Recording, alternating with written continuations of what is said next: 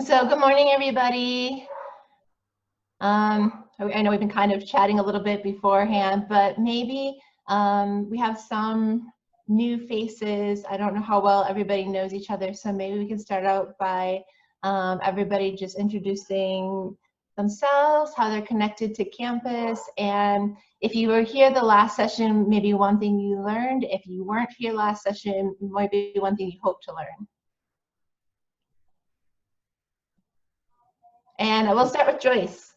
Okay, hi everybody. I'm Joyce Yamada, Professional Development Coordinator, and I'm happy to see so many of you at all of these activities. And please keep coming. We have some things on Monday and Thursday of next week. So anyway, glad to be here. Thanks, Melissa, for doing this for us. Okay, and choose your next person. On my screen, it's Christine. Hi, everybody. I'm Christine. I'm the director of the Learning Center, and I'm super excited about today. I just want to brainstorm ideas. Already just reading through the exercises, I'm like, oh, I got some. Anyways, so this is, to me, just a great time to discuss things and to think about, and just let us think about, okay, what's the next step and how can we get that funded? So I'm super excited to meet all of you. And I wasn't at the last workshop, I'm sorry. Oh, choose your next person.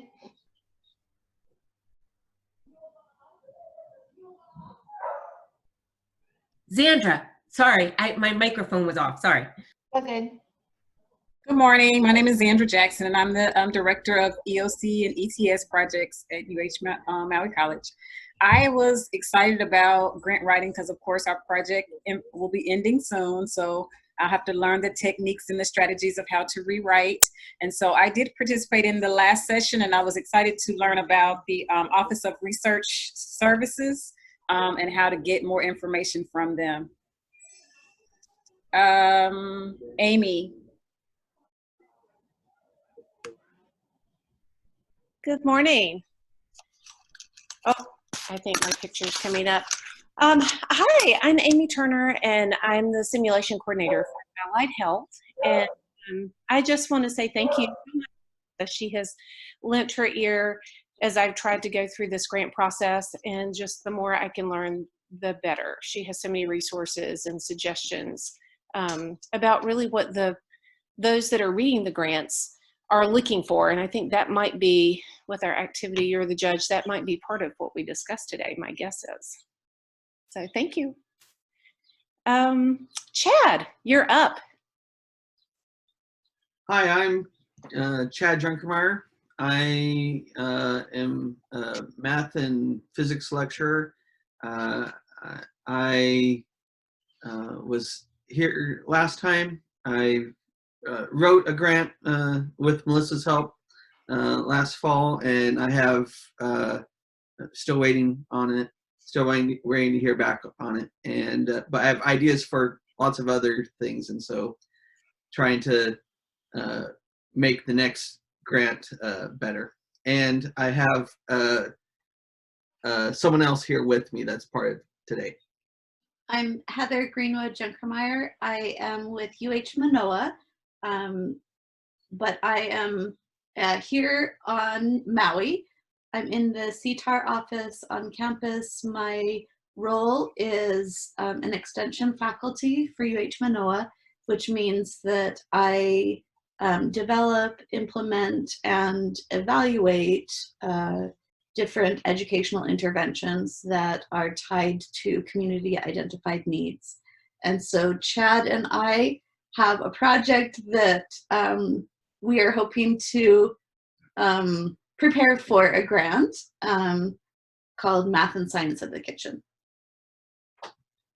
She usually brings in big money, so anything I write is probably going to be small beans for her. And let's have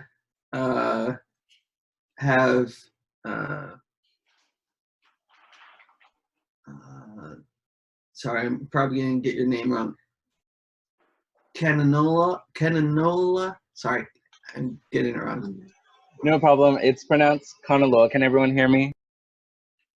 Fantastic. Hi, good morning, everyone. I'm Kanaloa. I'm with the Educational Opportunity Center in Maui Talent Search. Alongside with Zandra, we're just going through the process of renewing our grant. And I attended the last session with Melissa, and I was excited to navigate the grant website. I've navigated it before, but learning the filters was a very helpful and useful tool.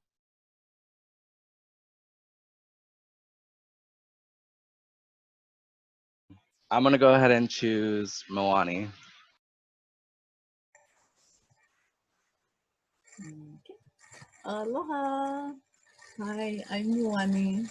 I'm with Kahikina Okala. I'm a scholarship associate in that program. I have been a part of grants for many, many years, since 1991 at the Baby House Museum.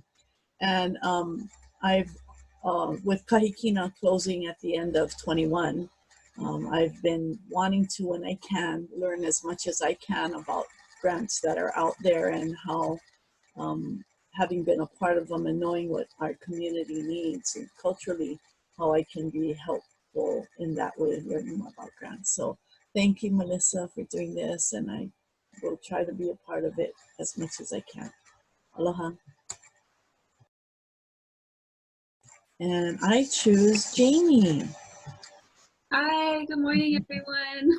Uh, I work for Project Stimulate with Melissa, and our grant is also ending this year, and so I'm just looking for tidbits and ways I can support her in writing the next grant. Nah. I want to be able to contribute a lot more to help her with the process and searching and stuff. I think the last meeting, what really resonated with me is just all the cool projects that are going on at UHMC and all the different possibilities and maybe ways that we can all collaborate and help bring in more funding that way. Well, thank you everybody for your introductions, and it's helpful for me too. I'm always really excited to hear about the projects that you have in mind. It helps also when we have grants come up that I can pull different people in to join those grants, because there's always pieces like, okay, now who can do this?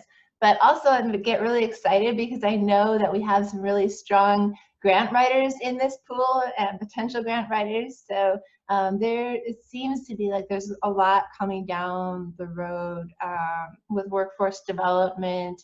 And so it'll be really helpful if you are interested in grant writing. We might need some help in the near future too. So with that, today we're going to look at a solicitation and understanding a solicitation. I think that's the biggest part once you find this grant that you want to apply for, how to thoroughly look at it and what to look for. So we're going to go talk about what they are, and we're going to look at one together. I think if there's time at the end, I'll give you all a solicitation to look at, and then we can bring it back. Otherwise, I can send it out to you to look at for the next time we meet, because I think if you spend some time alone looking at one, that'll bring up more questions to you. And I pulled a whole bunch that maybe match different people's interests from what I had learned last time. Then we're going to do the judge activity. I was thinking about doing groups. Maybe we'll split in half. Maybe we'll do the whole group. We'll see what we feel like doing. And then we're going to talk about the parts of the proposal. So that's what I have planned today. Feel free to pop in questions. Just ask as we go along. You can also put the chat on, and I'll try to monitor that. But if I don't respond to the chat right away, just say something, because we do have a pretty small group in that, and it's fine. Because I want to make it tailored to all of you and what you need. So with that, I'm going to share my screen. Oops, hold on. Learning the order that this needs to be done. Maybe.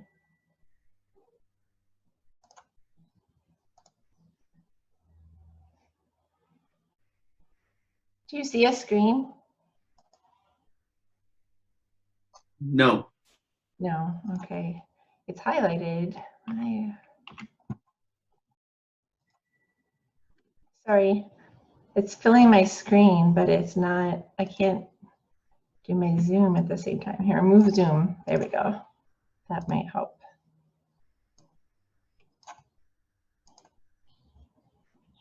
It's interesting. I didn't have problems with that at all last time, but then today it's not as happy. Okay.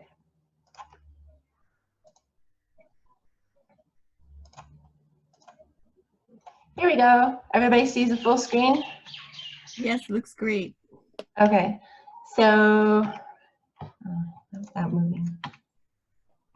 So we kind of reviewed a little bit what stood out to you in our introductions. Last session, we talked about starting with your passion. So I truly believe you have the skills to write a good grant. If you have an idea and something you really want to do, it's important to you, you understand why it's important.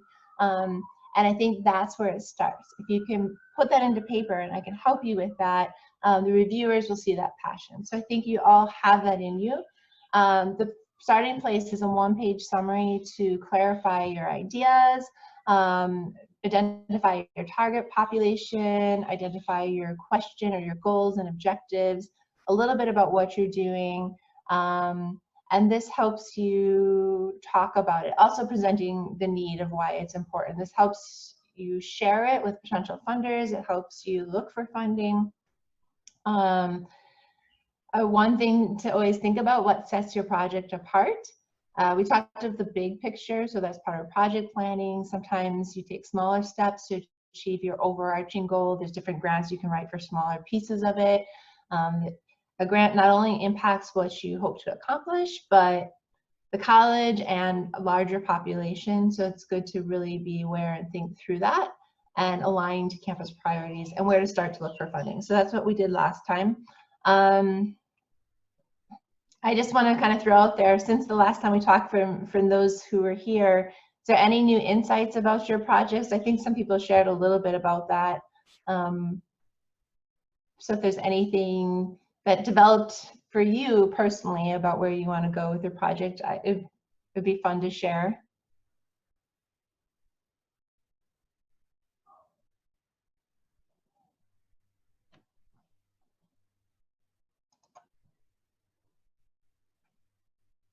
And we had Ahua just joined us. Hi, Ahua. Hi. So anything anyone wants to share about their project or ideas?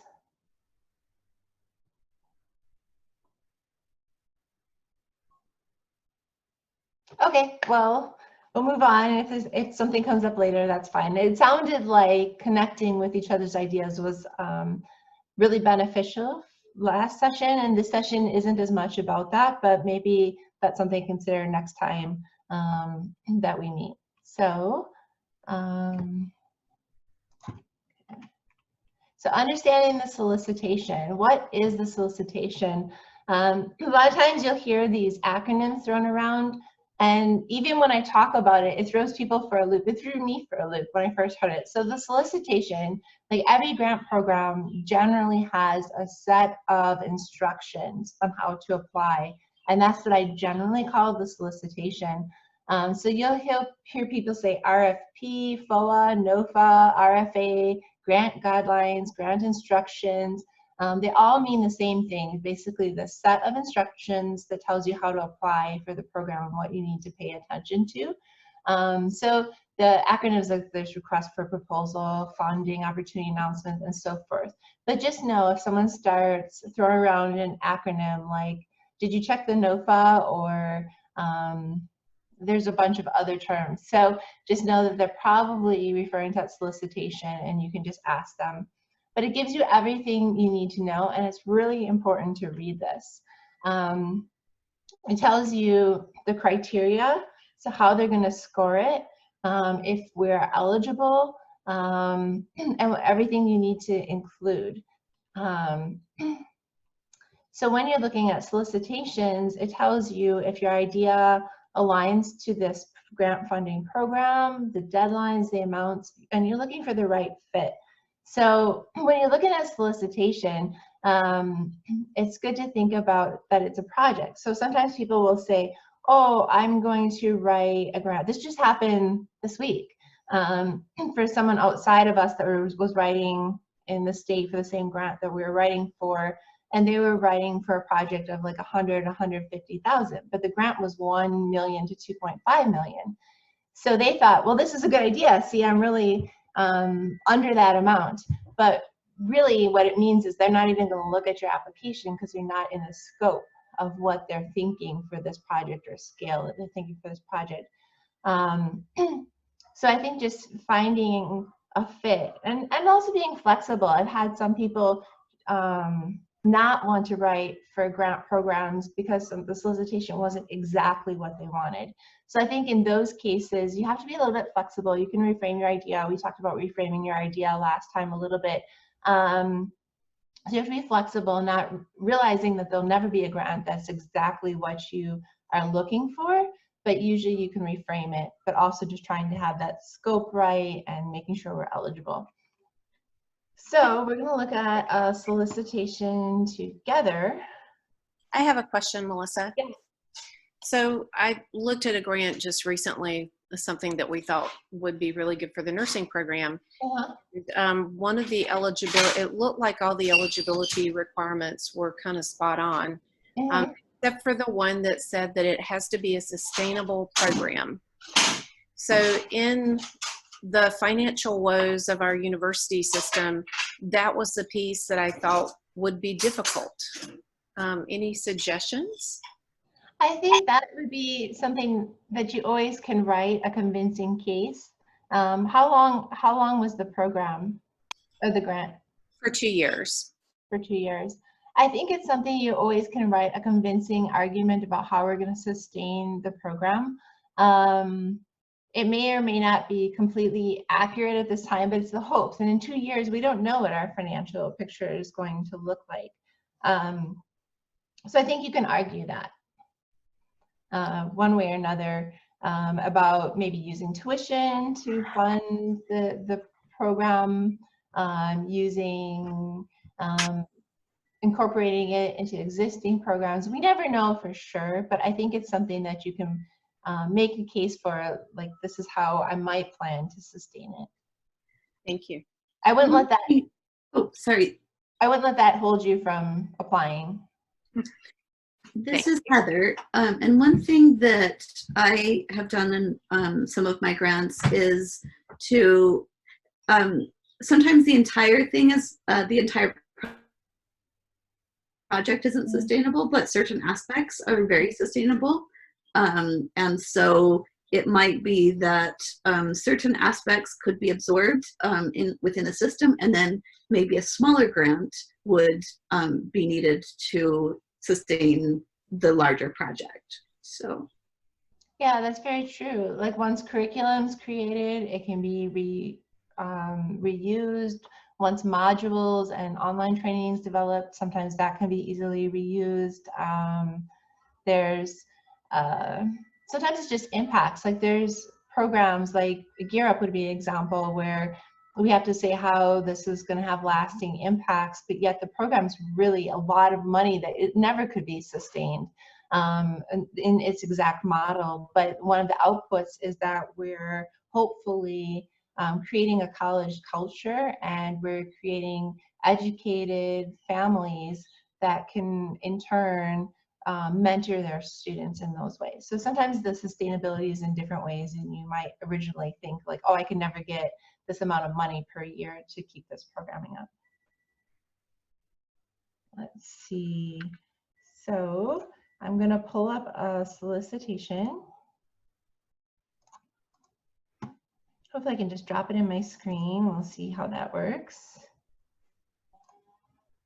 Do you see something different? No. Okay, I'm going to reshare.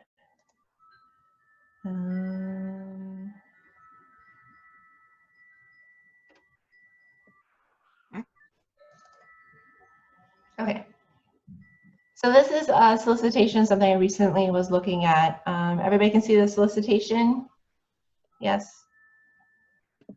Yes. Okay. So this is from the Department of Labor. They all look a little bit like this. Well, most of them. Some might be really different. I mean, I guess there's no set way, but I'll just show you some things to look for. Usually they always say when they're due. This was due May 6, 2020. And I'm just going to skim through this just to pull out some things. Usually there's some kind of summary and purpose in the beginning of the solicitation, and that is really important to look at. Like sometimes I have people come to me and say, hey, I'm interested in this grant, but I don't think they even read that to realize what they're looking at. They maybe looked at the title and pulled out a few keywords. So for example, there was another grant that I was just looking at had to do with energy programs, and someone, again, outside of our campus, but someone keyed in on that. Well, the whole grant was for researching or providing safety training for emerging renewable energy resources. So safety training, that's what the grant was for. But this person keyed in on emerging renewable energy technologies, and so went off on all these research projects for renewable emerging technologies, but that's not what the grant was for. So it was like, okay, so you have to read the grant. So this grant, for example, is for employment and is for youth apprenticeship programs for youth ages 16 to 24. It goes into the purpose of what they're trying to accomplish. So here on page 2, they talk about what the grant program is trying to accomplish. So you want to make sure that when you're writing your solicitation, you're addressing whatever goals or purposes they have for that grant. And these types of things are really typical in a solicitation. It tells you what has to be included. So this has to have a registered apprenticeship program.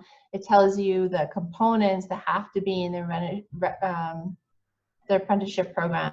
So this has like aligned with the employer, structured on the job training, related instruction, which is what we do, right? We provide instruction, incentives, rewards and incentives, and credentials. And it tells you basically what everything has to have. So for this one, like for example, the on-the-job training has to be at least 1 year or 2,000 hours. So this is another example. Someone who wanted to do this grant program was like, oh, we're going to do internships for 90 hours. I'm like, well, that's not the scope of what this is.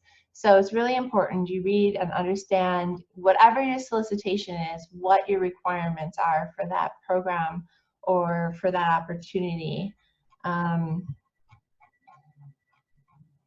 Usually there's a section about award information.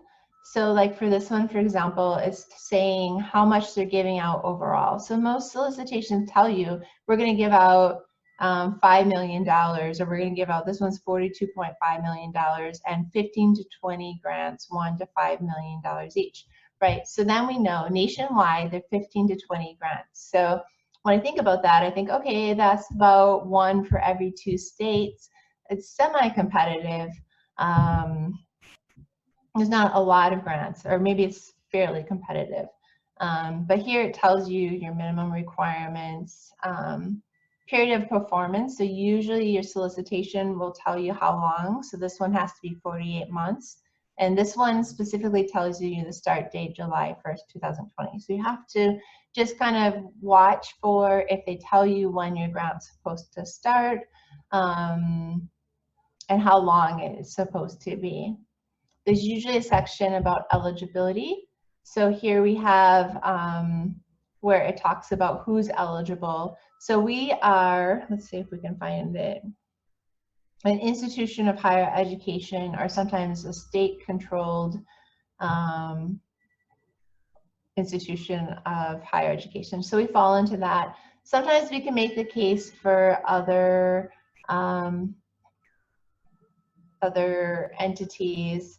Sometimes we can say that we're government. We have some ways of stating that. Sometimes we can state that we're a nonprofit if we apply through the UH Foundation.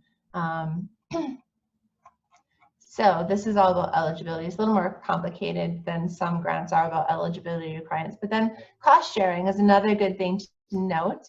Cost sharing is a big deal on our campus. It's really difficult to do. It's a lot of work, as well as it has some negative impacts as far as how indirect costs and other things are calculated. So always watch for cost sharing, because then you have to come up with this other either set of money. So cash would be one way that they say, but also in kind. So in kind is your time. So maybe this grant's not going to pay for your time, but you can cost share a portion of your time to meet that requirement. So this one is, it says that cost share is not required, but actually it uses the word leveraging. So for our purposes, leveraging also means cost share. So they would have to come up with 25%. So other things that they usually have, there's usually this thing of how to apply, and I can tell you, you can generally kind of skim over that part as far as grants.gov, SF424. I'll help you with that. I think a lot of times I have a lot of questions. I think generally if you're reading this, you're like, what is this? And I did that the first time I did it too. Like, oh, I have to find the DUNS number. I have to apply for SAM.gov. But we're part of the UH system. That's all done for us. ORS helps us submit these, and I will help you with the forms to submit. So you don't have to worry about all these governmental forms. I'll help you with that. But then there's usually a section about budget and talks about allowable costs. So this one talks about how they want the budget narrative, what's allowable, what's not allowable. There's usually something about indirect costs. And we'll talk more about this in another session about budgeting, but indirect costs are actually really important to our institution. They're actually a real cost of doing business that's based on our facility costs, our electricity costs, our maintenance costs, our administration costs. So as much as we can, we want to pay the full amount of indirect costs. And then the really important thing is usually there's something about evaluation criteria. So the project narrative is really the key part of the proposal that you think about when you think about writing grants. And usually there's some sort of outline of what they want. So for this one, for example, this tells you how they're going to score the proposal. So there's a statement of need, and then it tells you what goes in that. And then there's B, expected outcomes, C, project design, which is long, D, organizational capacity, basically. So when you write a grant, if you see something that says this is your evaluation criteria, that is your outline. You use the same, I generally use the same numbering system, like 3IA or E, whatever they have, but that's your outline for your grant. So then you fill in the blanks for those kinds of things. And I think, I mean, there's other pieces to it, but I think those are the important things when you're looking at your solicitation, to look at eligibility, look at how much the grant program is for, how long is it for, what are they scoring on. So that one, for example, had prior experience points and something really specific. So that was 20 points. That's a lot of points and a competitive grant. So if we don't have that experience, we might not even be competitive. So it's good to just read through it and understand. Is there any questions about the solicitation at this time?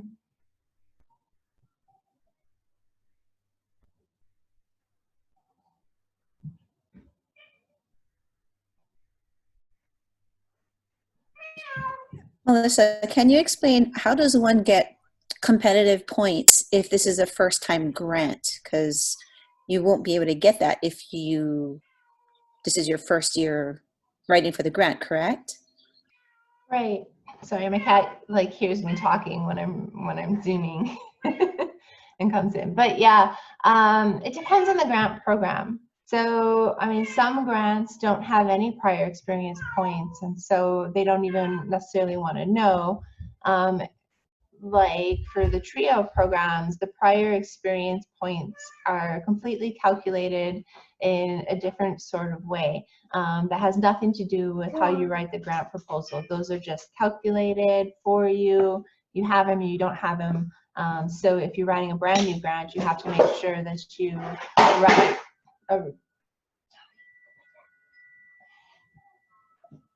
thank you.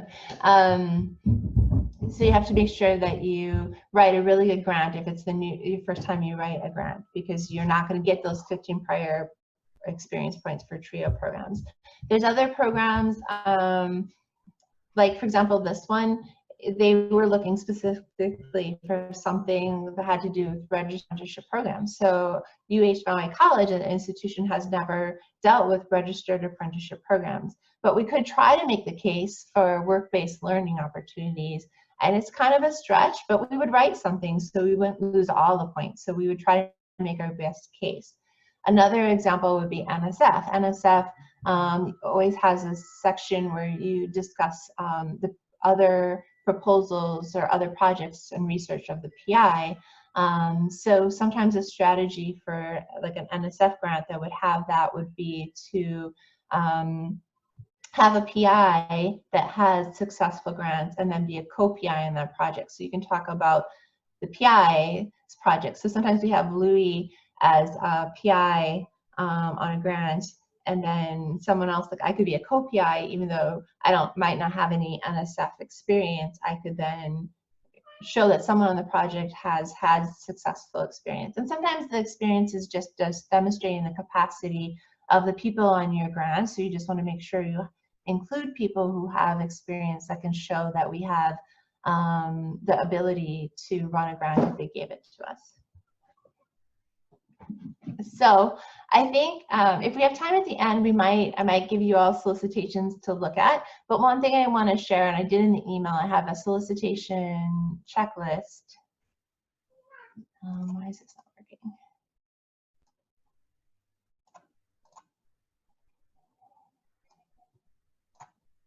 Somehow I can't put it in. Let me see.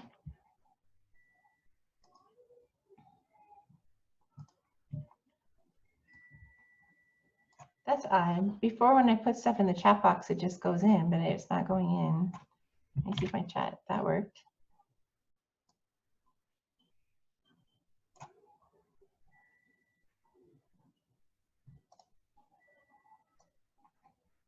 Okay, well, I sent it via email and I can send it again.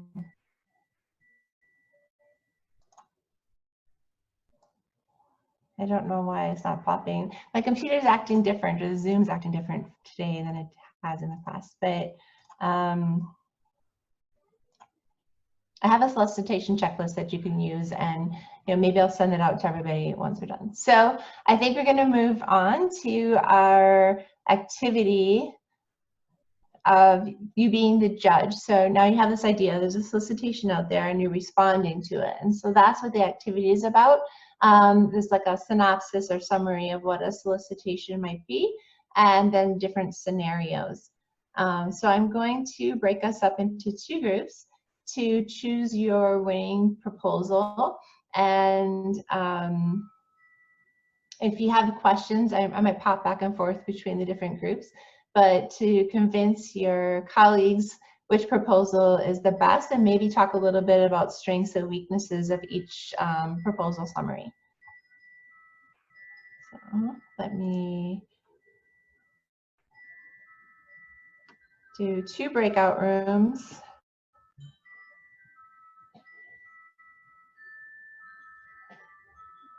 I know some people are coming and going, so just to let you know that you might have someone in your room that might not be there for a few minutes.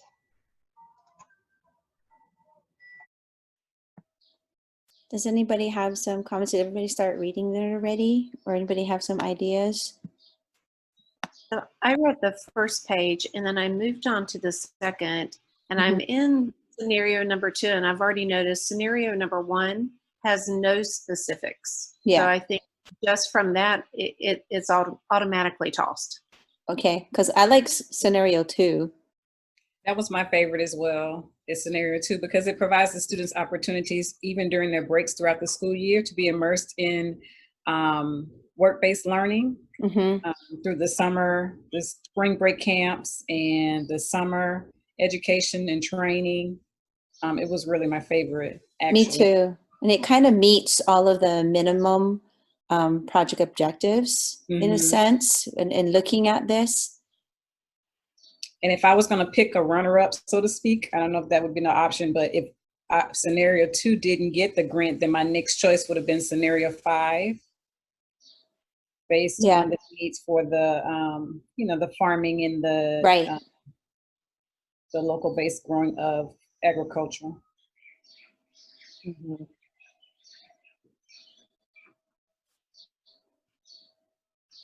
I like that number 4 brings in statistics from other from databases, but it doesn't truly talk about how they're going to accomplish their goals. So I agree, that one should be tossed as well. Correct. Yeah, I mean, my favorite was the number 2, the career high, and then with the runner-up would be scenario 5. I'd agree. I agree as well.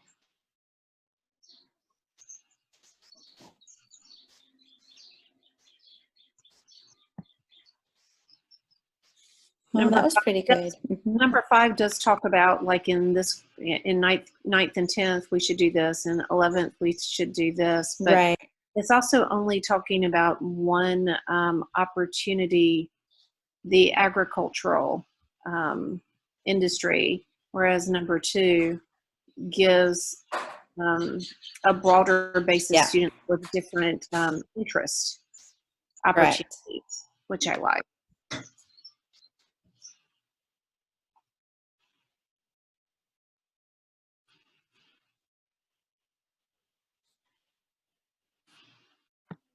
Okay, I guess we made our selections. Yes. So number 2, is there anything that you would want for them to strengthen then? Maybe that's another question. Let's see.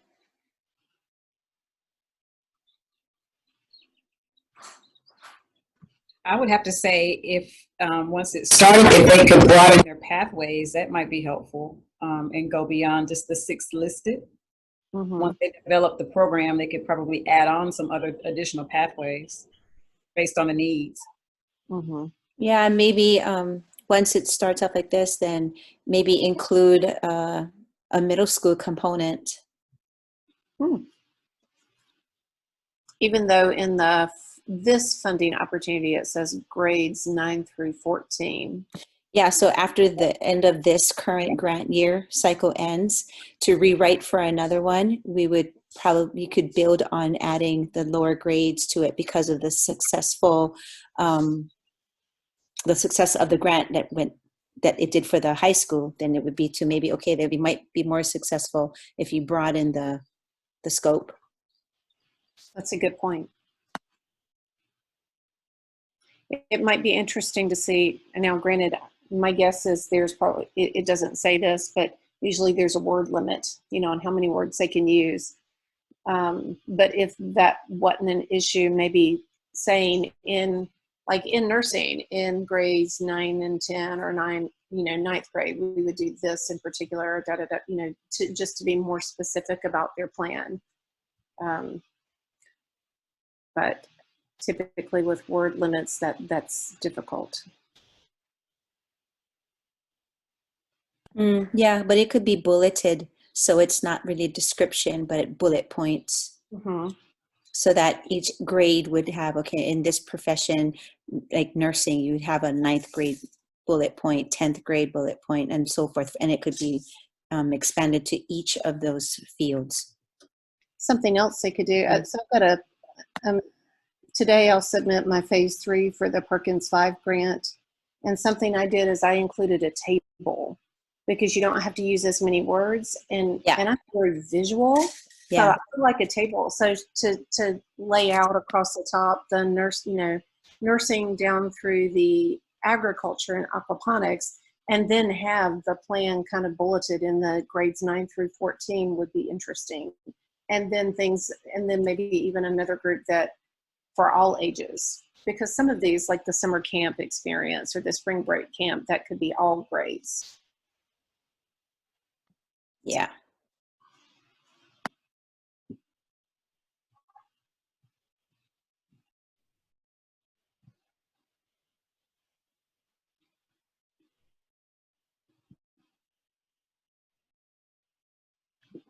So Melissa, I think our choice was scenario 2. We found that it gave more details and information, and then it was geared to certain more pathways than just the one. And then our strong runner-up, I'm assuming we agreed on as a group, was scenario 5 with the agriculture. Are you guys ready to join the larger group? Yes. Yes.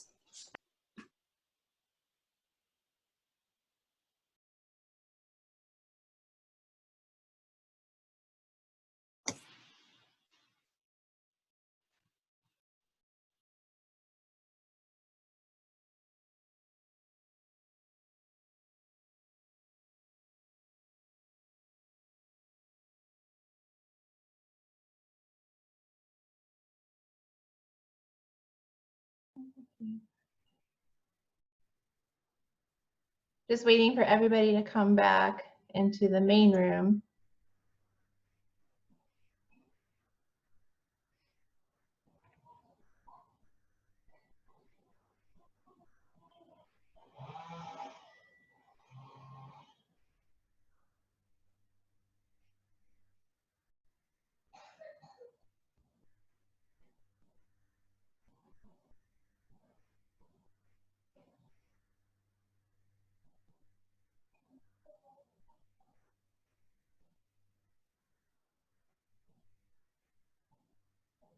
Okay, there we go. Let me just get my chat up too. Okay, so group 1 was telling me that scenario 2 was their top choice with 5 as a strong runner-up. Group 2, what was your final decision?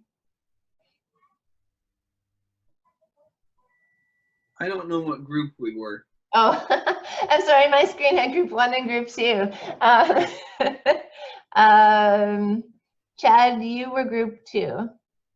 2 was also our pick, though we found things that we liked about many of the other ones. So maybe a mashup of some of the ideas from each would be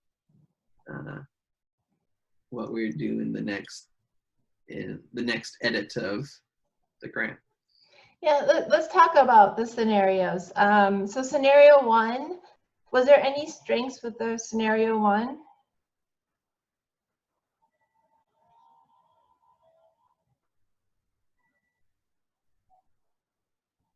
You mean in general or based on the solicitation? Because in general, they're bringing people together. So I suppose there's something to be said anytime we work more strategically, like, and coordinated like that. You know? Yeah, so that kind of, I mean, this speaks to, it's vague, right? What are they doing? Any other comments? No specifics. No specifics. Yeah, we don't even know what's happening with that, right? Any other thoughts on scenario 1?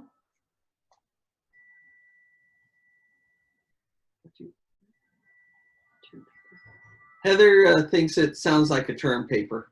Okay. Yeah, it has some reasoning. It makes a case. It's starting to get somewhere, but where we don't know. Scenario 2, everybody liked that. Some thoughts, positives and negatives about it?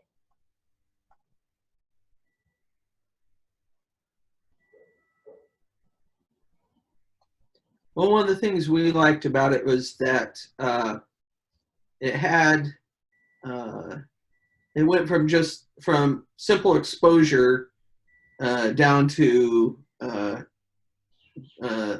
higher levels of interaction where students were part of an internship.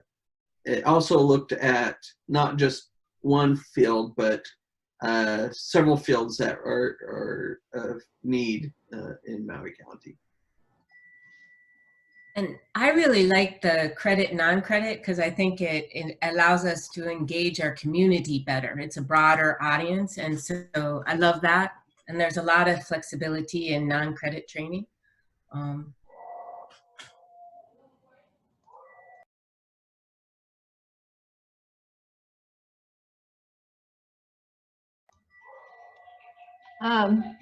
So I think one of the things I have to say about scenario 2, if I was to be critical about it, and then there's no right or wrong answers to any of these. I mean, any funder could choose any of these for any reason, right? They're not like none of them are bad per se, but there's no data, there's no case presented about why this is important, why these specific pathways. And I'd say that I would worry a little bit that it's a little too ambitious. Is this feasible? So there's just things to kind of consider. So what about scenario 3? Reactions, pros? I kind of wanted to jump on that, Melissa, because a lot of times writing the grant are, but it's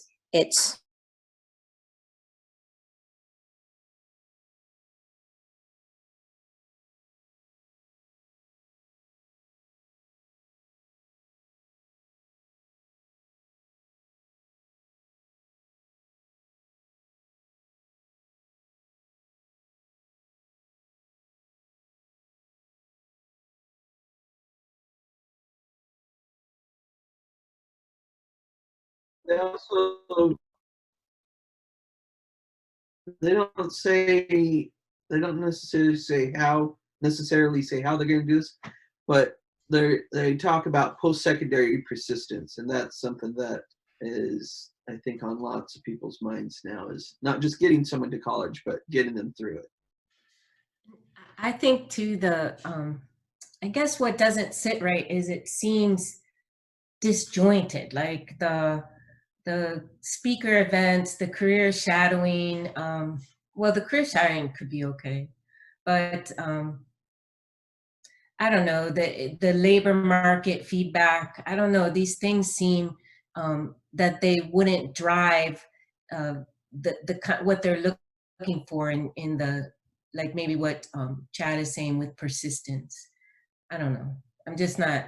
They're not maybe innovative enough, or like dual enrollment, maybe it needs to be more targeted, like specific courses, that certificates designed as dual enrollment. Because sometimes when I think of dual enrollment, I think of just English 100 and math courses, but but maybe if we embedded certificates in there and certificate type programs, and if they talked about that, that might be more exciting for me. Like, who cares? I mean, you know, whatever. I think a point is it's kind of like this has been done. What's innovative, what's different, and I always kind of and this could be, I guess this could be said for a lot of them, but the others talk about aligning, building pathways, where this is kind of like when you just say you're gonna have tuition and you're gonna pay for things. How do you sustain it? What's the point when it's done? If you have to keep getting scholarships and tuition for it.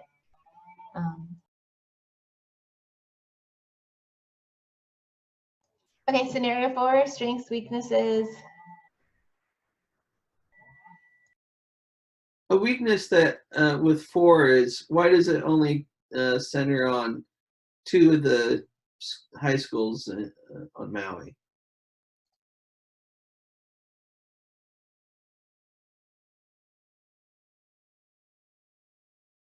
So just it hasn't made the case of why that is, or. Oh no, that's just my own personal unhappiness with it.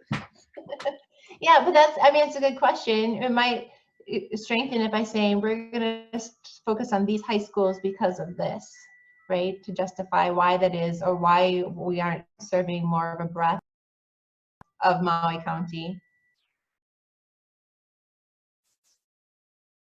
Yeah, when I first read it, I liked all the rationale behind why we would need a good program, and the rationale was like super strong, but I didn't, and then I was disappointed because they didn't really go into the program. They didn't spend enough time on what the program actually would do, and I think that's why I was like, oh man. And is the data aligned to what they're doing too? I mean, that's sometimes a misstep that we can take. We can find all this great data, but it doesn't necessarily align to our solution.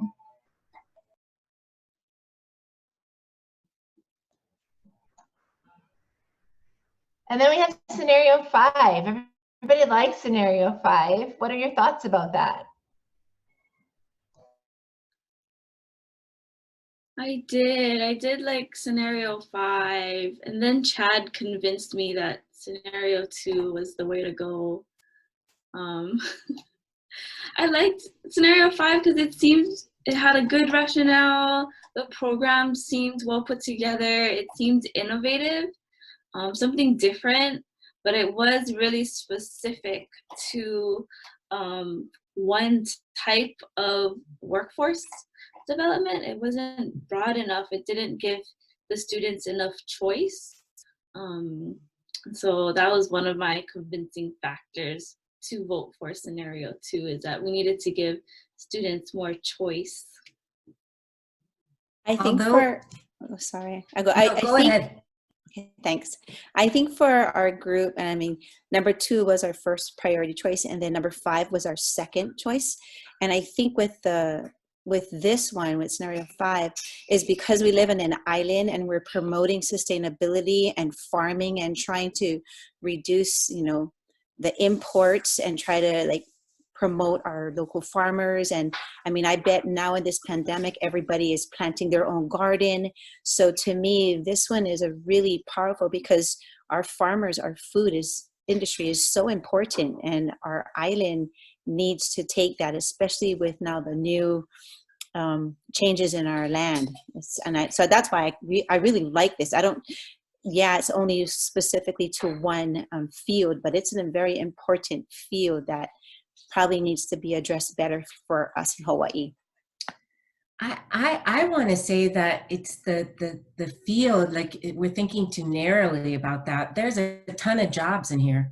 Absolutely. I mean, this is crossing the lines. We're just not thinking interdisciplinary, and I think we need to. And I love this because, you have to learn a way to enrich your soil, but you have to understand business. You have to understand. So there is just it's really amazing here. And again, I think it's also, when I talk about it myself, I think, oh yeah, but jobs, so it's maybe the field is just too narrow. We need to think about the different types of jobs within that sector. And I really think of agriculture as a huge sector.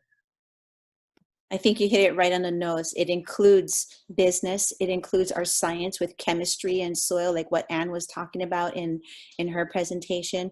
So yeah, it might be geared towards agriculture, but there's more in disciplinaries that could be maybe stated better in this grant. I would, because I'm with UH Manoa and I am in the College of Tropical Agriculture and Human Resources, I was a bit concerned that there is this resource on Maui that has research going on, and that has ties to each one of those, very, very close ties to each one of those partners, and yet CTAR wasn't included as one of the project partners, especially because with just a 2-year degree, there are fewer jobs available that would make a living wage. And so having a 4-year college where a research university tied in would make it much stronger. I agree too. I think that's awesome. I think it comes back to what we talked about in the beginning. a little bit about when you mentioned the survey. I also saw your email. I didn't take the survey yet, but I was excited to see it. You know, it's interesting, but right, there's survey fatigue. So it's about sharing and really coming together and coordinating like a whole pipeline like that. And how do we share our data so we're not inundating people, but we're using it to its fullest. So I totally agree. CTARs, you know, should be in here, and we should be working so closely together. I mean, we're serving the same community, especially where you are situated.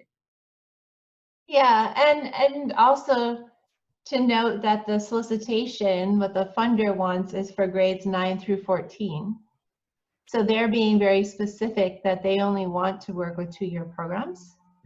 So in that way, this scenario is based on the solicitation. Which a lot of times there's partnerships between 2- and 4-year and 4-year degrees as well. But just note that this is all made up. I mean, it's loosely based on some things, but none of this is real programming.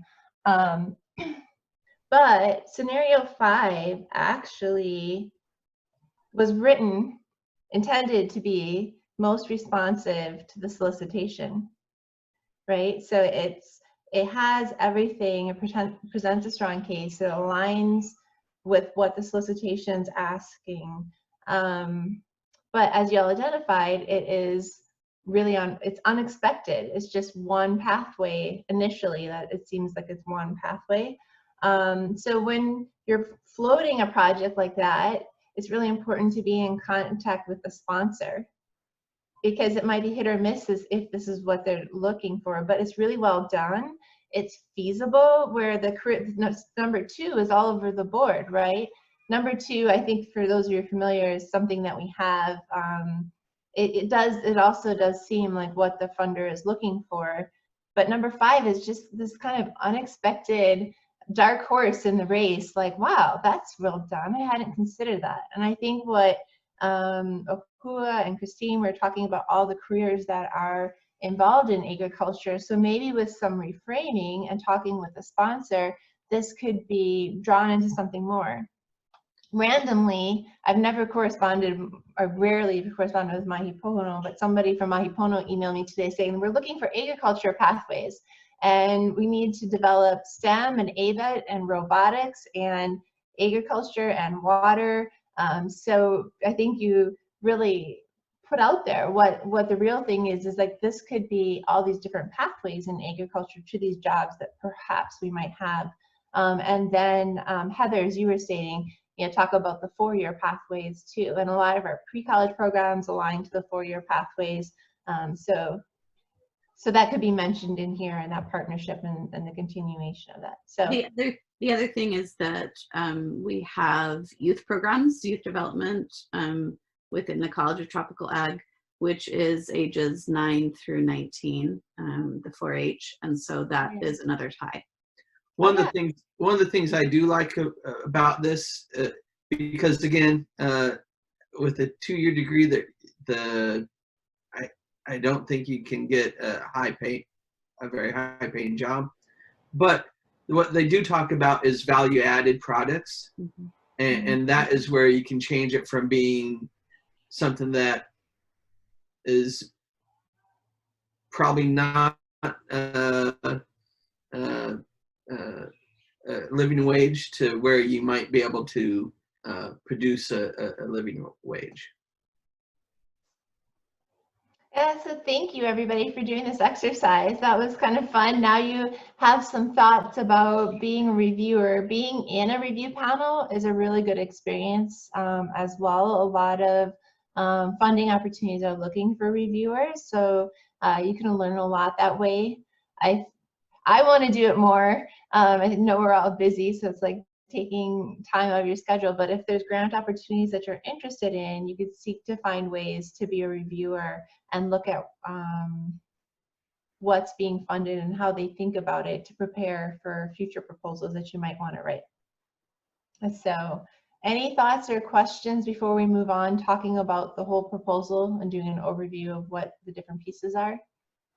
Melissa, I was going to add a piece that I noticed. Why couldn't, if scenario number 2 is the one that is more conducive to what we're thinking, why couldn't scenario number 5 be a part of scenario 2 in the pathway 6? And you could still get both of the entities of meeting the needs of the students or meeting the needs of whoever receives the money from the grant, and then still infuse the agriculture piece as well. Yeah, definitely. And I think that's speaks to ways that we can collaborate in our projects to be stronger. Just like, I mean, to think about it, I think talent search fed in, we got the career highways pathways is something that we're doing. This piece isn't how it was written. And the funding notification has been changed. I mean, so nothing here is exactly real, but like, for example, talent search fed into some of those career pathways. And I think NPN, Napua Noyao, did as well, or we tried to get students into those pathways. And we can think about other ways, like Project Stimulate with NACI draws from Upward Bound. There's just ways that we can work together to strengthen our projects, I think. One of the things which you mentioned about number 5 that I really liked was the, in 9th grade we're going to do this, 10th grade this. They had a very clear pathway. We had talked about in our group about maybe adding a table into number 2 with all the 6 different pathways, and then actually aligning what they're going to do with each grade and then what they can do for the whole as well. And we thought that might strengthen number 2. Yeah, definitely. I think that table exists somewhere. But yeah. I'm visual. I love tables. So good job. I really like a lot of the points that you brought out, and just even, I mean, when I had written this like 3 years ago, I didn't even think about how the different pathways in agriculture could be integrated until it was brought up today, and random email this morning that fits right into this conversation, right? So, so thank you all for your input and points in this. Are we ready to move on? Okay. So we're just going to talk about the parts of a proposal. I think that it's good to just think about it as you're thinking about your project. So if you know where you're going and how the pieces all flow together, that might help you in your planning stages too. So, let me get back.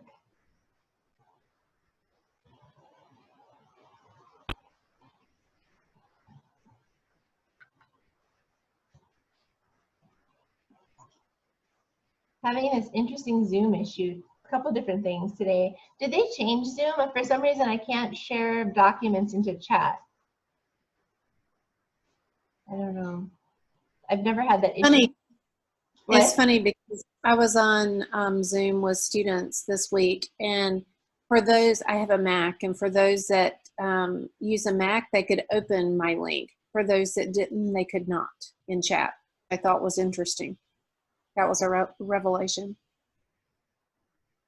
Yeah, I don't know. It just seems different today, but I don't know. I'll figure it out. So,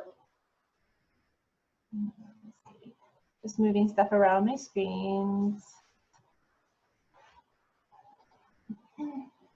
So we did this. We selected our winning proposals. And so we're going to review the sections of the grant. So generally there's like a need section where you tell your story, what's important, there's goals and objectives, a plan of action, so what you're going to do, evaluating how do you know it's successful, a budget narrative, which we'll talk about, and there's usually other pieces. So sometimes there's a logic model, sometimes there's dissemination, how you're going to get the word out, abstracts are common, personnel, management plans, and all those things. I'm not going to go into them. I'm just going to hit some of the main pieces and sections so you can think of your project as this running thread that you're telling your story through all these sections. So first of all is the need section. Why is this important? It grabs their attention. This compelling need, why is this important? So why is there a problem? Which, as we kind of talked a little bit on the judge activity, your problem that you state in the needs section should directly relate to your goals and objectives, which should directly relate to what you're going to do about it. You also need to talk a little bit about what has been done already, kind of pointing out why this additional work needs to be done. It's good to compare local data to some standard to show that here's our data, it's really bad, and here's the standard that there's a gap, and this gap is getting bigger, it's getting worse. You present a compelling case how this is going to not only benefit Maui, but it might benefit Hawaii, it might benefit the nation, it might benefit other remote, geographically isolated communities. And then, Amy, as you said, data, tables, figures, charts, visuals can really help this section too, that someone can look at and see this. So this isn't the place to say how great we are. This is the place generally to put out there that we really need this project. I would say that this might be the most important section because they're going to read this first. This is where their attention is the strongest. And after reading this section, if you present your case well, then they're going to be like, yes, we need this project. So you sold them on it, and they're going to receive the rest of your proposal when their attention isn't as great, better. So I end up spending probably some of the most time in the needs section when I write a proposal. So let's look at an example, just like a sentence overview. So what if we said farmers do not earn an economically viable income in Maui? As the cost of living in Hawaii is high, resources must be stretched further, making farming a difficult career to enter. So what do you think about that need statement?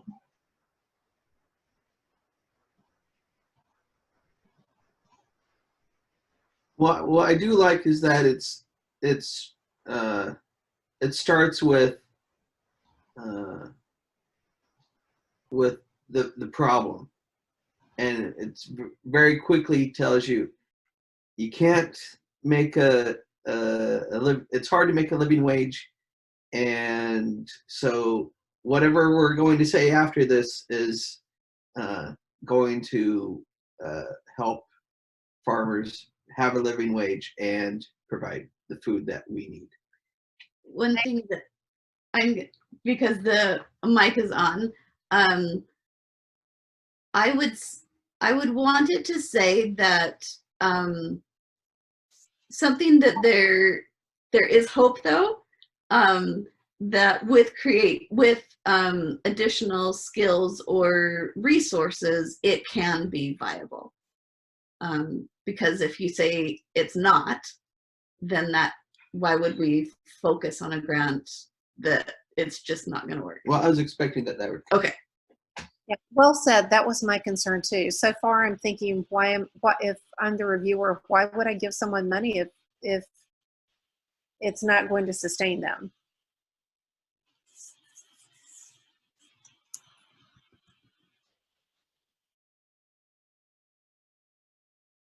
I don't know. Maybe that's part of it. I just don't love it. I don't know why it doesn't like I'm not sure that that's actually true. So maybe it's because we don't see a lot of numbers in there. Maybe it's because, but I think there have been some maybe viable stuff. So I don't know. So I just think it focuses so much on economics, and it would be nice to focus on and to tie into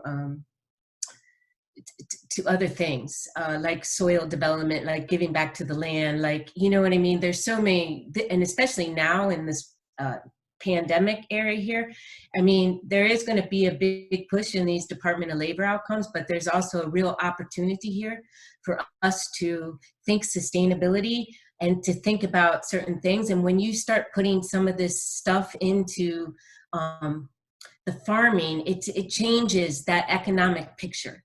And I think this is, I would like to see, I think you hit it right. I just had to talk my through to it, something more hopeful. Yes, I agree. It's just, I don't know. I will say it's not viable. Even where I grew up in Iowa, you can't make a living unless you already had the land from generations back.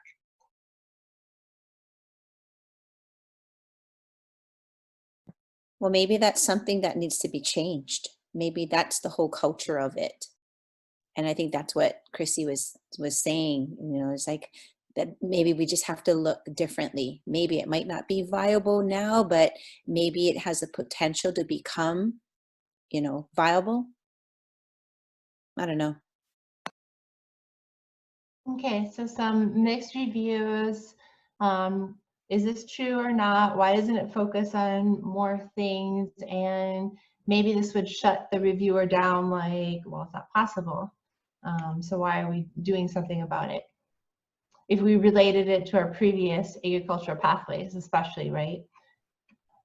So what if we did something like this? The 2017 median hourly wage for farmers in Maui County, the target location was $14.67 compared to farmers in the state of Hawaii at $17.24.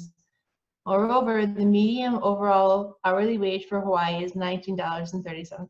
As Hawaii holds the highest cost of living in the nation at 189% the national average, farmers' wages are drastically below the $35.20 hourly wage estimated to afford a two-bedroom home in Hawaii. So just to keep in mind, this isn't related to the last proposal. This is, I think Chad mentioned value-added product. This is going in a different direction. But how is this different? What's your reaction to this kind of statement in a needs section?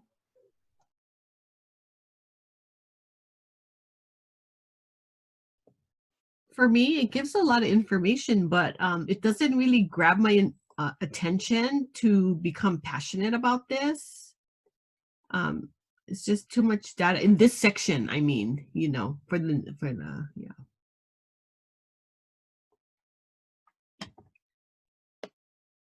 I think it definitely creates more context as to why this is an important problem or a need, especially in the Maui community.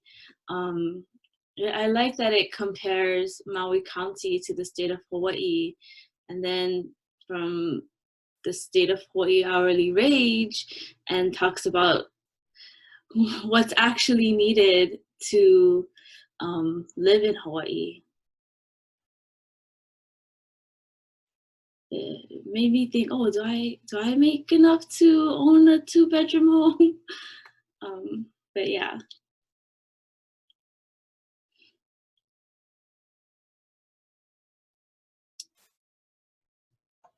I think it's grabbing at some of the data that shows the biggest gap, right? We have different reports that span things. So, I mean, you use the data that tells your story. There's different data available and different perspectives. So you need to use what sells your grant. I mean, it has to be accurate, but it should paint the story of a need. So here's another way that getting at the same information, you know, according to U.S. Department of Agriculture, 78% of the state's 7,000 farmers achieved less than $25,000 in sales. In the most recent USDA census for Maui County, 54% of Maui farmers reported income loss. So that's just another way to state, to show like, wow, almost half of Maui farmers are reporting a loss. We need to do something to help this important agriculture area be sustainable and a living wage income for other reasons, right? That we're tying, I mean, there's the sustainability aspects, but there's also the import. Usually this is tied to like importing food and the need to develop agriculture more here, or the opportunity. So any thoughts about this statement or compared to the first one? It's much better than the first one. and I think better than the second one, it does I think a more concise job of explaining of what currently is happening. Okay. So just a little idea. This would just be like a part of a paragraph of your whole needs section. So I think there are really valid points that needs to be more than this, but just this thought, like the first one is making general statements with nothing to support those statements. So then it questions the validity of those statements. And it's about framing so that your reader feels like after they've read your needs section, like, oh, we have a huge problem. We need to do something about it. So that's, I think, one thing to just think about your needs section. And there's different ways to do that, actually. I mean, another way to think about this, you have data, but I think, Joyce, you mentioned, well, that's a lot of data. It kind of doesn't pull me in. To bring in stories, too. Like a story that could be put into this is like, a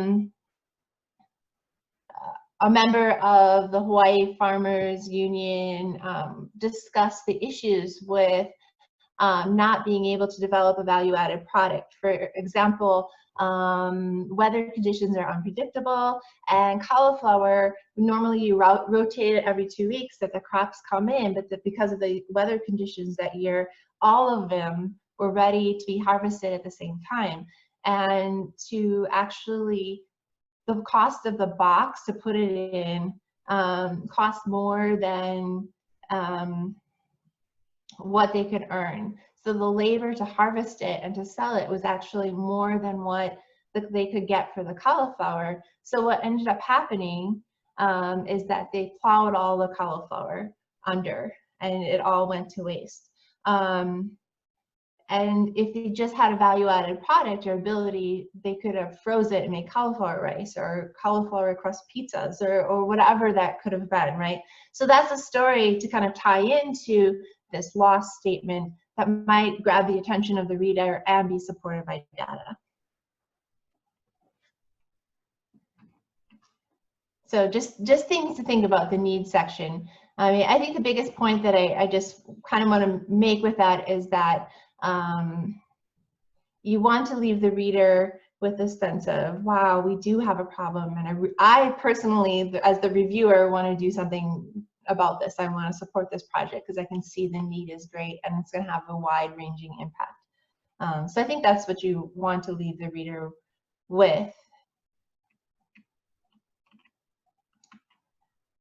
Any thoughts or questions about the needs section?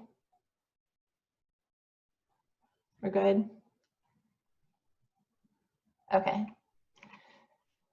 So moving on with goals and objectives, why is it important to tell what you do? It's the focus of your project. So it really kind of grounds, this is the outcomes, this is what we're doing. So for example, for this last one, increase agriculture and related food industry business growth. So you want to increase the success of the businesses, might be an example. So your goals are general, they're like the vision of your project. And then your objectives are specific. So you've probably heard of SMART goals. They're specific, measurable, achievable, relate to the goals, and time bound. And they should be realistic and supported with data. So I had emailed out, and I'll email again if anybody wasn't on the original email list, the where to find data. So I have some places that I just shared with you, places I typically go for data if you're looking for that. But so an example would be, in 3 years, 75% of participating farmers and food industry business owners will show an increase in overall profit. So how is that measurable? Is that measurable?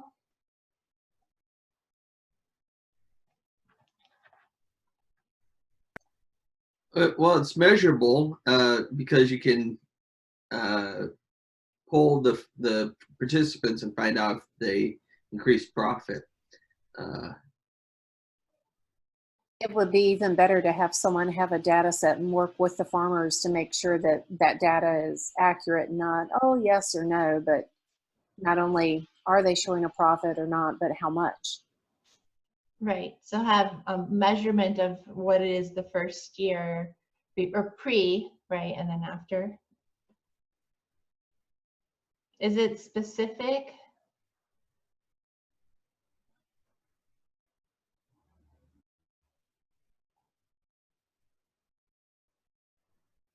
No, because well, yes and no. 75% of participants is specific, but it might be nice to have some way of stating how you will do that. I'd like to know the number, maybe somebody already said this, I had to step away a second, but the increase in, the actual increase in profit. So when you're working with a business like this, they have to be on different scales. So it's like, I don't know, so how much would you expect their minimum increase to be to identify success? That kind of thing. Yeah, so if they have $100 increase, is that success? Right, we don't know. I would rather see a certain amount increase, or maybe a certain amount period, because it has, they have to make enough money to live. I mean, just because they make money doesn't mean it's enough to live. Mm-hmm. So maybe 75% of the farmers, another thought on the 75% of farmers would make a living wage, which would be identified in the needs section or baseline data.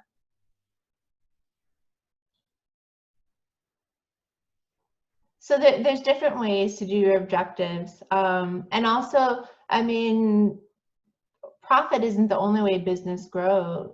They grow in bridging new markets. So maybe being able to show that they're now selling the product at Whole Foods, or like a value-added product at Whole Foods, or internationally, or have new distributors, or they have hired more employees and they've extended their reach. So there's other ways. So those might be other objectives. And as you've all noted, that a lot of times you need to have some follow up on how you're going to measure that objective, or how a little bit more information. Well, I think what's also important here is that the activities would differ. When you're working with businesses at different scales, they need different types of education, training. Does that make sense? So all that has to be factored into it. You know, when you get more specific, to me, as you were writing it, you would get more into those specifics, and you would go back up and address those goal sections to be more fitted as you go on. Does that make sense? Yeah, definitely. That you're refining and tightening your project. So I'm not doing this because I don't know if everybody's there at that point, but I've been through a grant training before where they have you narrow down your needs section to like one sentence, and your goal to one sentence, and your objective to one sentence. So basically you have a few sentences that tell your whole story of your grant very specifically. So I think the more aligned that you can be, the better story that you tell. And the more that your reviewer can understand it, as well as it's more feasible of a project. So I think that's very true. You keep refining it. I think overall, to think about goals and objectives, this is what your funder is buying. So the needs section kind of sells it to your reviewer, but your sponsor, who has the grant, they're really buying your outcomes, right? They're paying for, you know, $100,000 for you to achieve X, Y, and Z, which ends up being your objectives generally. So you can think about it that way. Like, is the scope, am I making enough difference to get $100,000 or $1 million or whatever it is, the grant that you're going for? So next is the plan of action. That's what you'll do. It details your plan. And it's really the heart of your project. So this is what I find people are really good at doing. This is what number 2 on the scenarios is all about, it's what's going to occur. So I think when you think of a plan, or you're going to do a grant, this is where it generally starts for people. It's like, oh, I want to do X, Y, and Z, or they want to talk about their plan. which usually is based on a need, and usually they do have objectives, which all ties into this, but it's just kind of sorting them out so that it's in line and it develops on one another. So, and I think the other thing is, if for starting to write grants, when people are stuck, they don't know where to start. Sometimes, even though you'd have to, it's a little bit backwards. If you don't know where to start, sometimes writing out what you're going to do is a good starting point, and then you can go back to your objectives and needs section. Everybody has different ways about doing it, but I think when people are stuck, that's a way to start. Another important part about your plan and how you're going to do something, you need to justify the reasons you chose that action. So a lot of times we'll hear more and more, especially for like the TRIO grants now too, but I think it's a good practice for all grants, is what they call evidence-based practices. So they, for like the TRIO grants, and I'm saying this because there's a couple of TRIO people online, they have the What Works Clearinghouse. They want to see a moderate level of effectiveness. So they have these guidelines about what the level of research has to be at to show that for some of the components. But I think it's always good to have some justification, like, okay, research has shown that work-based learning achieves these outcomes, or training for value-added product development helps businesses expand, or increasing students' sense of belonging increases retention. So some kind of research that shows your strategies have components or have shown success in other contexts, and maybe you're researching and expanding on that, and that's what's innovative. But there should be some research behind what you're doing, not that you're just think this is a great idea. Usually the plan of action also needs to be specific. Who's going to carry out each task?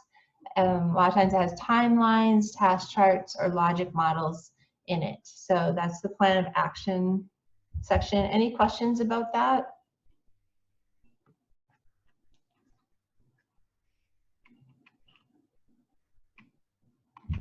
Okay, and then the evaluation section,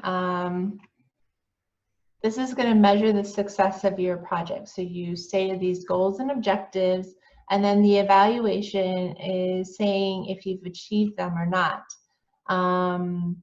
It more specifically states how each objective will be measured. So this is where you're going to talk about your pre and post surveys. This is where you're going to talk about data collection, who's going to do it, when is it going to be done, how is that data going to be analyzed. And also, if you're doing research projects, it should show the statistical measures or methods that you're going to be used. Sometimes you need an evaluator. The project will say you need third-party evaluation. So that's someone outside your project to determine the quality of your project. And then we usually have to include a budget for that. So, and they can be expensive. So I think a tip is to seek guidance on this. Sometimes we have evaluators write this section for the grant. So we work with a few. I can try to give you some options. We're kind of new. We've just started collecting some evaluators to work with. There's some at UHMC that we can argue that are external to the project, and then we have some private ones that we've worked with. But it just should really flow if you think you have your needs. So this data shows this need, then you have your objective saying we're going to increase that problem by this amount, and then you have your evaluation that shows, well, then you have your plan that shows this is what we're going to do, hopefully supported by some promising evidence that it should be effective, and then evaluation, how did we know it worked out? So a lot of times evaluation is formative and summative. So formative, you're gathering feedback along the way, benchmarks. How do you know you're making the right progress? You're headed in the right direction to achieve your goals. So that should be continually along the way that you refine your project. And then there's summative evaluation when you're done. Did you achieve your goals or not? So the formative part is really important when you're writing the evaluation section. So you give the reader confidence that you'll keep refining and making adjustments that you get to your final product. So that's that, the evaluation. Any questions about evaluation? The one thing with doing this online, everybody's like blank, so I don't see the head nod, the head nods. But so I'll keep going. The budget narrative.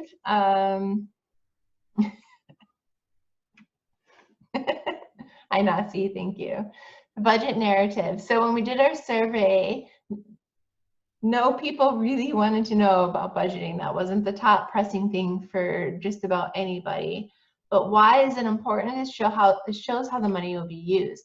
So usually, I mean, sometimes it can be in the narrative, sometimes it's a separate document. But it's the financial story of your project. It's just as important as your project. It should directly support your objectives and activities. So you shouldn't be paying for all these things that are not related to your objectives. And it shows if it's planned and if it's feasible. So say if you say you're going to have evaluation, but you don't have a budget for evaluation, that's not planned well. If you say you're going to serve 1,000 students, but then your budget doesn't look like it's going to support that, it shows that it's not realistic. And this is a planning tool. Once the project is launched, this is your starting point for your budget that you'll go back to again and again. I would say that it's really important to put some effort into your budget. I might even say to write it first. Or not maybe write the narrative, but at least figure out your budget, where you're going to spend the money first. Because you might have all these big plans, but then realize when you're putting into your budget that it doesn't work. So if you start with your narrative, then you have to go back into your narrative and adjust it, and that's when mistakes sometimes happen. So maybe you start out saying you're going to say 500 students, but then you're only going to serve 100 students, and you're changing that, and that makes you get mistakes. So I like to start with my budget first and then fine tune it once I'm done. I feel like if you show me your budget on your project, I can tell what you're really doing. I think a lot of savvy reviewers probably can tell that as well when they're reading your project. They're going to probably look at your budget side by side, or one of the first things, because it gives you a picture of what you're actually doing. Any questions about budget? Okay, so some tips, and then we'll see if we want to work on solicitation a little bit, or where the group wants to go.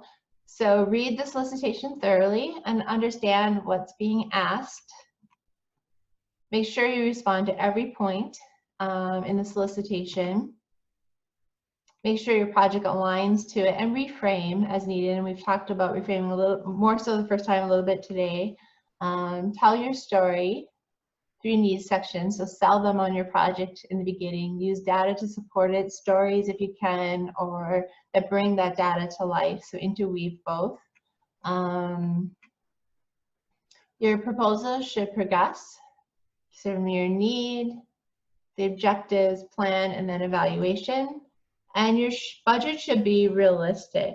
Not too much, not too little. So if they say that the average project is $250,000, it's not smart to be at 10,000 or 20,000 thinking, oh, they're going to fund mine because it's cheap. No, you should be in that range of the average budget, because that's about the scope that they're expecting for those types of projects.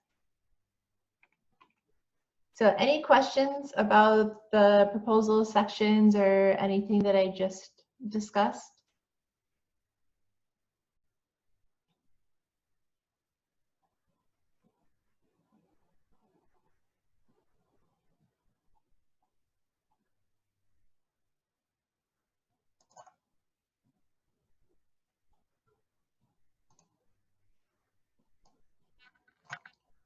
Okay, gonna bring everybody back. So you have a little bit of time, but I don't feel like it's necessarily enough to spend some time on a solicitation. But I have some solicitations, so maybe we can find what might be good and what people want to maybe look at, because I sent the solicitation overview sheet, and then I have some options.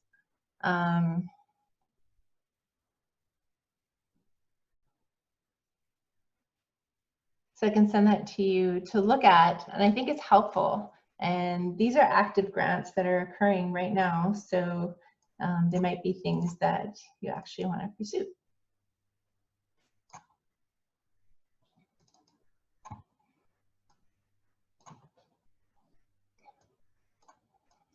So what I have, I can send them all to everybody, or I could, well, maybe I'll share my screen.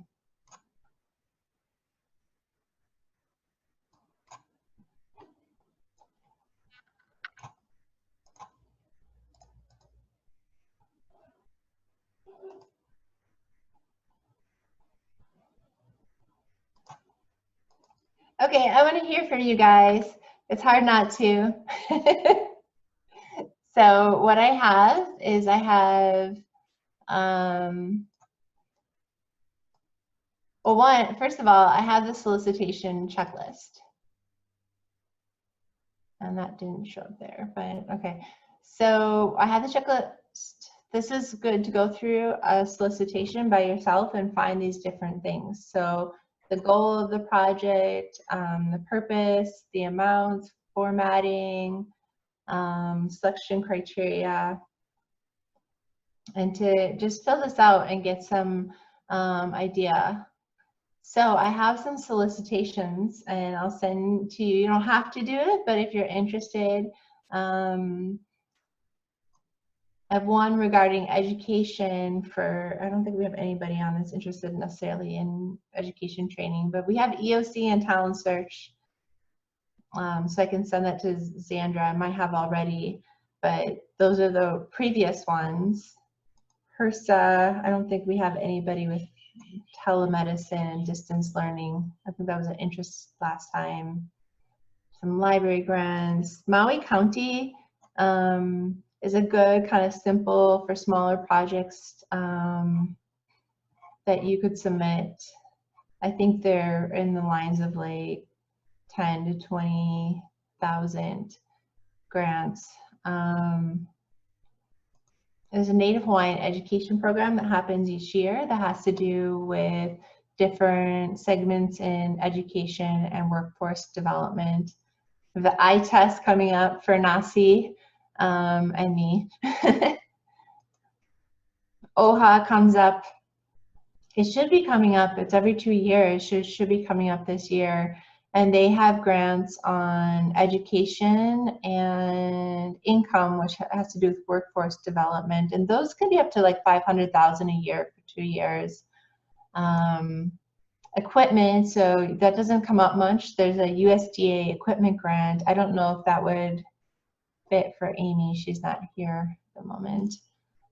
So Chad and Heather, I thought about,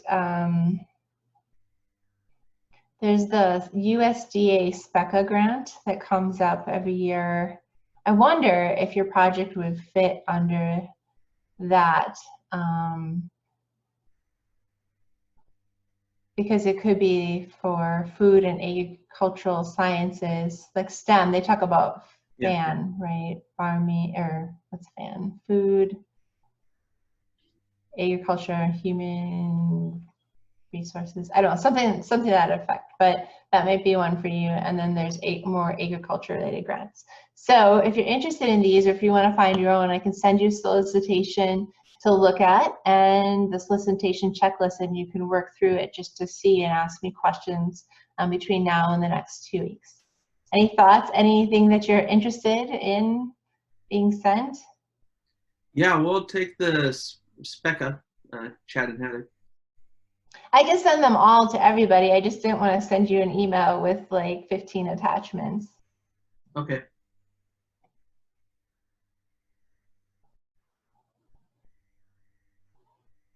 Melissa, the checklist was included as well, right? Yeah, I will email it again to the specific people who are here today.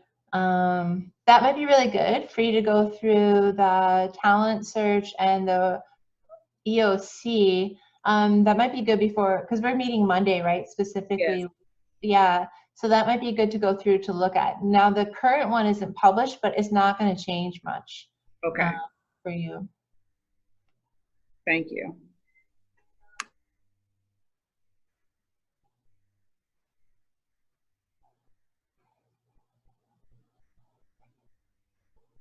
Christine, you know, I didn't think about this, but the TACT ones, we probably could find the solicitation from one of the previous TACT grants, as they're supposed to be coming down the road. And I saw that you were emailing with Nicolette, but it might be good for us to look at that to do some planning. Yeah, so I contacted some program coordinators. I took the last TACT 4 and I did the outline from there, and I'm filling in what we could possibly work at. I asked them just to think about academic support as opportunities arise. Let's brainstorm. I've been thinking about all kinds of things. So Yeah, I'm in.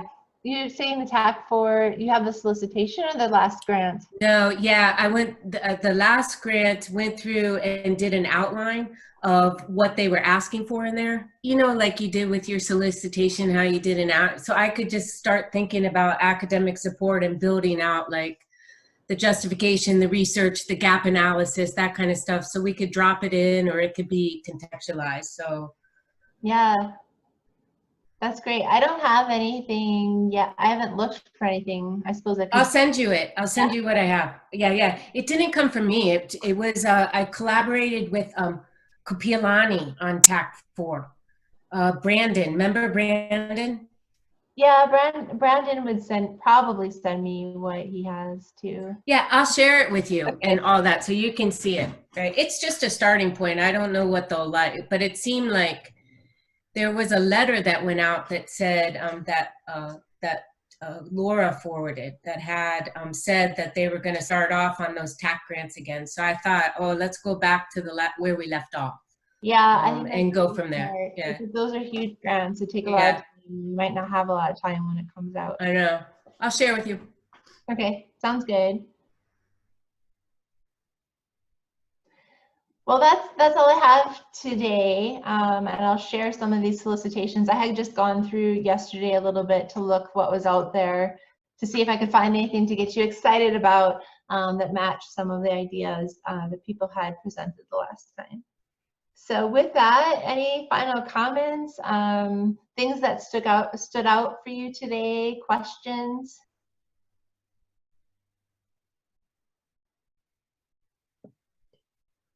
It was very helpful for me. Oh, sorry. I'm sorry, Joyce. I thought it was very helpful. It's just helpful to go back and think about things and to talk with people about ideas. So thank you. I'm looking forward to the next get together. Thank you. I just wanted to say thank you, Melissa, but the next session is on May 22nd, so mark your calendars.